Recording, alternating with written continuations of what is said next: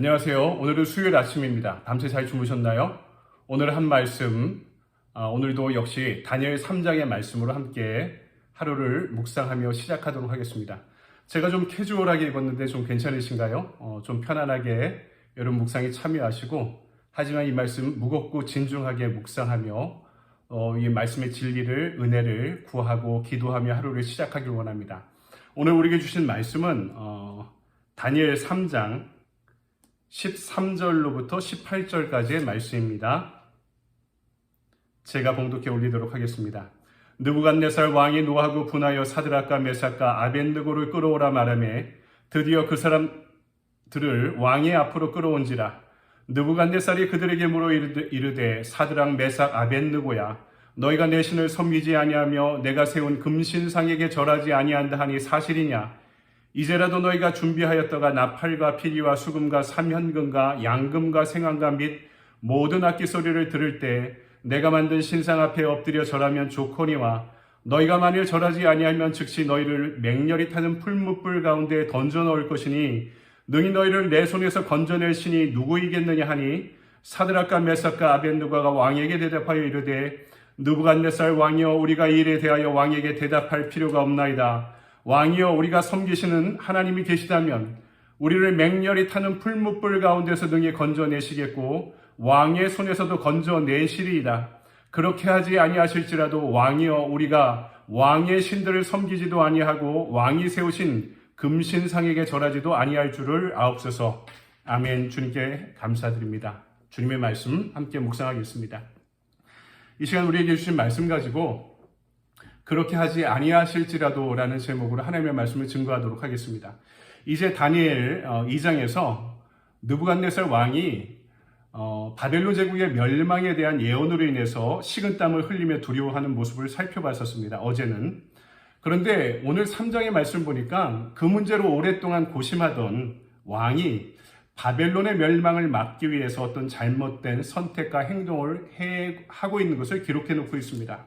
바로 어제 말씀에 꿈에 나온 제국의 신상이 그 머리가 금으로 이루어졌는데요. 이제 그것을 현실화시킵니다. 그 금으로 아주 길고 큰 전신상을 만들어서 백성들에게, 전국의 백성들에게 경배를 강요한 것이죠. 당연히 다니엘과 그의 친구들은 금신상에 경배하지 않았고요. 이 소식을 들은 왕은 격분해 다니엘의 세 친구 사드락, 메삭, 아벳느고를 맹렬히 타는 풀무불 가운데 던지고 맙니다. 오늘 말씀은 우상 숭배의 시작이 무엇인가 하는 것을 우리에게 전하고 있는데요. 그것은 바로 자기 자신에 대한 우상화로부터 시작한다는 것을 우리에게 알려주고 있습니다. 어제 말씀에서 두 가지 큰 대비를 보여줬었죠. 왕과 노예인 다니엘, 그리고 제국과 이 제국을 무너뜨리게 될 하나님의 나라를 어제 말씀은 크게 대비하고 있었습니다. 그런데 오늘 말씀을 보니까 그 왕과 그 제국의 실체가 무엇인지를 우리에게 분명히 전해주고 있는데요. 그것은 바로 자기 스스로를 우상화시키고 있는 욕망이라는 것을 우리에게 드러내주고 있습니다.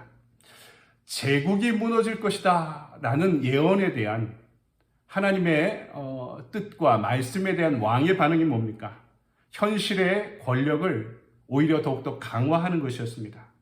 그것도 자신의 제국을 신처럼 섬길 수 있는 금신상을 만들어서 말이죠. 미래에 대한 두려움을 현실에 대한 안정과 위로로 극복하고자 하는 왕의 야심과 욕망이 오늘 말씀 가운데 드러나고 있는 것입니다.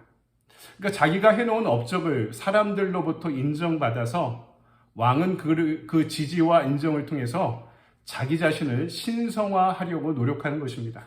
여러분, 우리도 마찬가지 아닙니까? 우리도 사람들에게 끊임없이 이해를 요구합니다. 난 이 정도 괜찮은 사람이야. 지금까지 한 것은 내가 한 일이야. 나의 영향력, 나의 권력, 또 나의 입지를 강화하기 위해서 우리는 얼마나 노력하고 살아갑니까? 그것도 오늘 본문의 왕처럼 자기만의 금신상을 만들기 위해 노력하고 있는 것이죠. 우리도 이런 욕망으로부터, 자기 우상화로부터 자유롭지 못합니다. 그렇게 헌신적이었던 목사님들이 왜 말년에 은퇴 전에 마음들이 변하나, 저도 옆에서 곰곰이 그분들의 모습을 쳐다보게 됩니다. 어느 순간 그분들이 젊었을 때는 매우 헌신적이었지만 어느 순간 이것이 내가 한 것이다 라는 자기 우상화가 그분들 가운데 시작된 것이 아닌가. 저도 저 자신을 언제나 이렇게 스스로 경계해야 되겠다고 다짐해 봅니다. 여러분, 또 이 자기 자신을 우상화시키는 것을 집단 안에서 확장시키려는 욕망을 우리는 또한 품고 있습니다. 줄 세우기, 줄 서기. 이게 뭡니까? 카리스마 있고 인정받는 누군가에 기대어서 내 안위와 행복을 유지하려고 노력합니다. 또 반대로 자기의 힘을 강화하기 위해서 자기 밑으로 줄을 세우는 문화가 우리 안에도 이루어지게 됩니다. 이 모든 것이 결국에는 자기 우상화로부터 시작된다라고 이야기할 수 있죠. 여러분, 세상에는 두 종류의 사람이 있는 것 같습니다. 하나는 줄 서는 사람, 또 하나는 춤추는 사람입니다. 줄 서는 사람은 언제나 어떤 권위, 어떤 사람에게 기대어서 안정을 찾으려는 사람들입니다. 반면에 춤추는 사람들이 있습니다. 창조적인 예술가나 은거기인들, 세상의 독점적인 문화에 순응하지 않고 자기만의 길을 가려는 고집스러움이 있는 사람들입니다. 그래서 사회적으로 오히려 배제되기도 하고 외롭고 고독한 길을 가야만 하는 것이죠. 여러분은 어떻습니까? 여러분은 줄 서는 사람입니까? 아니면 춤추는 사람입니까? 예수님은 어떠셨을까요? 제가 20대 중반에 이 문제를 갖고 고민해 본 적이 있었는데요. 제가 내린 결론이 이렇습니다. 예수님은요, 줄 서서 춤추던 분이었습니다. 이 세상에 죽어가는 영혼들을 위해서 성육신하시고 그들의 모습으로 그들의 사회와 문화 안에 들어와 살고 계시되, 하지만 그분은 아버지에 대한 사랑으로 세상의 율법과 권위에 매어 있지 않은 자유로운 영혼이셨습니다. 그래서 오히려 양자로부터 배척받는 외롭고 고독한 길을 걸어가실 수밖에 없었던 거죠. 하지만 그 고독한 십자가의 길을 가면서도 끝끝내 그분은 자신의 뜻이 아닌 아버지의 뜻을 구하셨습니다. 골고다의 언덕에 오르기 전에 기도하시던 예수님의 자기 고백이 오늘 자기 우상화로부터 시작되는 이 세상의 우상 숭배를 극복할 수 있는 유일한 대안임을 신약성경은 우리에게 전하고 있습니다. 예수님이 뭐라고 기도했죠? 마태복음 26장 39절, 내 아버지여 만일 할만하시거든 이 잔을 내게서 지나가게 하옵소서. 그러나 나의 원대로 마옵시고 아버지의 뜻대로 하옵소서. 나의 원대로 마옵시고 아버지의 뜻대로 하옵소서. 언제나 우리가 성공할 때, 반대로 인생의 밑바닥에 놓였을 때도 우리는 언제나 내가 잘해서 아니면 내가 못해서 라는 피해의식과 자기 우상화로부터 벗어나서 나는 죽고 그리스도로 사는, 십자가에서 날마다 나는 죽고 그리스도 사는 삶을 살아가는 가운데 이 우상화의 욕망을, 그 죄악을 극복할 수 있는 길을 걸어가는 저와 여러분의 하루가 되길 원합니다. 두 번째, 오늘 말씀은요, 이 우상을 극복하기 위한, 우상 숭배를 극복하기 위한 3의 법칙이 무엇인지 우리에게 전하고 있습니다. 제국과 우상을 경배하라는 어마어마한 위협 앞에서 개인이 얼마나 작을까요? 생각해 보십시오. 가끔 요새도 그런 일이 벌어지는데 대기업과 개인이 소송을 벌입니다. 뭐 특허권이나 다른 문제로. 여러분, 이 재판이 몇 년씩 지속되면 개인이 대기업을 이길 수 있을까요? 그 가운데 자신의 10년도, 돈도, 인생도 무너지는 경험을 한 사람이 얼마나 많습니까? 민주화 사회인 현대에서도 마찬가지입니다. 국가와 개인이 법적인 소송을 한다고 생각해 보십시오. 공권력을 갖고 있고 정당성을 갖고 있는 국가와 정부가 얼마나 큰 힘을 지녔습니까? 민주화 사회에도 개인이 국가로부터 승소하고 이겨내는 것은 참 어려운 일이 아닐 수 없습니다. 그런데 생각해 보십시오. 오늘 본문의 사드락, 메삭, 아벳느고는요, 이 시대가 아니라 시퍼런 공권력에 눈을 뜨고 있고 왕의 권력이 신의 권력과 유사한 고대 봉건주의 사회의 국가주의와 똥의 왕의 권력과 지금 싸우고 있는 것입니다.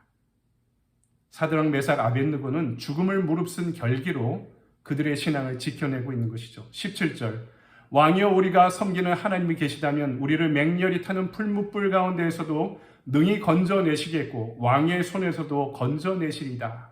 if, 만일 하나님이 계시다면, 위협이 봐도 현실에서 하나님의 손길이 개입하시어 우리를 구원하실 것이다 라는 믿음을 고백하고 있습니다. 그리고 18절을 볼까요?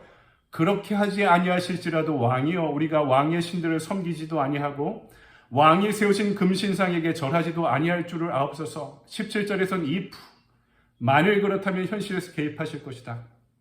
18절에서는 if not 만일 그렇지 아니하실지라도 현실의 구원 넘어 영원한 세상에 대한 열망으로 이겨내겠다.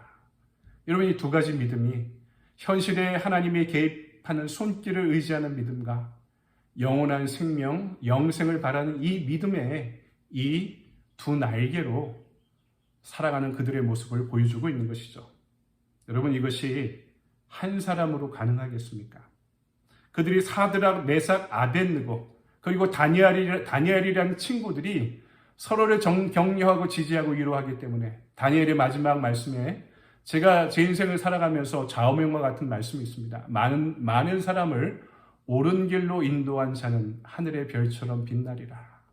서로를 빛내줄 수 있는 신앙의 복된 교제와 인연과 만남이 있었기 때문에 이들이 영적인 친구로 살아갈 수 있었기 때문에 그 강력한 연대와 교제가 죽음의 위협 앞에서도 그들의 신앙을 끝끝내 지킬 수 있는 이유가 되었다고 믿습니다. 그렇죠. 저는 이것을 신앙 안의 삼법칙이라고 이야기하고 싶습니다. 원래 18세기 말 프랑스 혁명 때 군중들의 반응을 관찰하며 생긴 사회 심리학의 명칭입니다. 군중 심리를 이야기하는 거죠. 한 사람만 하면 아무도 관심 갖지 않지만 최소 세 사람이 하면 모두가 따라하게 된다는 거죠. 제가 한국에서 EBS라는 프로그램에서 이것을 실험하는 것을 봤는데요. 건널목에 신호를 기다리면서 한 사람이 하늘을 보기 시작합니다. 아무도 관심 갖지 않죠. 근데 두 사람 그리고 세 사람 이상이 하늘을 바라보니까 그 건널목 앞에 서 있던 모든 사람이 하늘을 바라보기 시작합니다. 혼자 하면 창피한데요. 3명 이상이 하면 다 따라한다는 것이죠. 신앙도 마찬가지라고 생각합니다. 나 혼자 하면 용기가 나지 않지만 나와 함께 할 수 있는 신앙의 지체가 있다면 어려움 가운데도 나를 위해 기도해주고 중보해주고 격려하고 지지하고 함께 동역할 수 있는 신앙의 친구가 있다면 그 어려움도 함께 극복할 수 있을 것을 오늘 말씀은 우리에게 가르쳐주고 있는 것이죠. 여러분, 신앙의 길에 우리가 이런 신앙의 동지로 친구로 만나기를 소망합니다.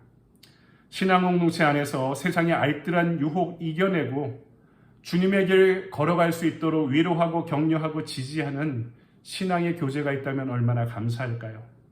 우리가 이민생활하면 좋은 집 사는 방법, 좋은 차 사는 방법들도 주변에서 배우는 것이, 가르쳐주는 것이 필요하겠지만 예수 잘 믿고 예배 잘 드리고 그분의 뜻대로 잘 살아갈 수 있는 제자도를 가르쳐주고 안내할 수 있는 신앙의 친구 3명이 나에게 있다면 나는 그 길을 더욱더 든든히 갈 수 있게 되리라 믿습니다. 저가 여러분에게 그리고 우리가 서로에게 그런 신앙의 교제로 만날 수 있는 복된 하루가 되기를 주님의 이름으로 간절히 축원드립니다. 아멘. 감사합니다.